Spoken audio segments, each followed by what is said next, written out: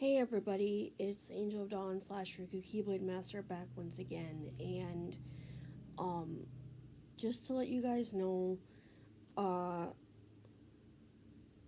we're fine. The kiddos had a 2 hour delay today. Um, it was supposed to be an early dismissal, but because of the 2 hour delay, they are not getting out until like 3 o'clock, maybe 4 o'clock, like usual. Um, I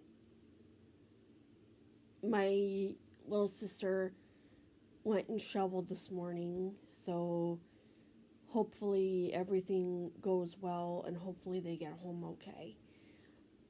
I thought I'd give you guys this update to let you guys know that, everything's pretty much okay.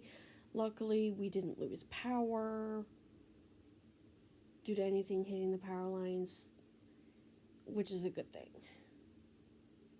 Until next time, I've been Angel of Dawn / Riku Keyblade Master, and I will check you guys later. Peace, and I love you all. Stay safe and stay awesome as usual. Can't stress enough on the stay safe part.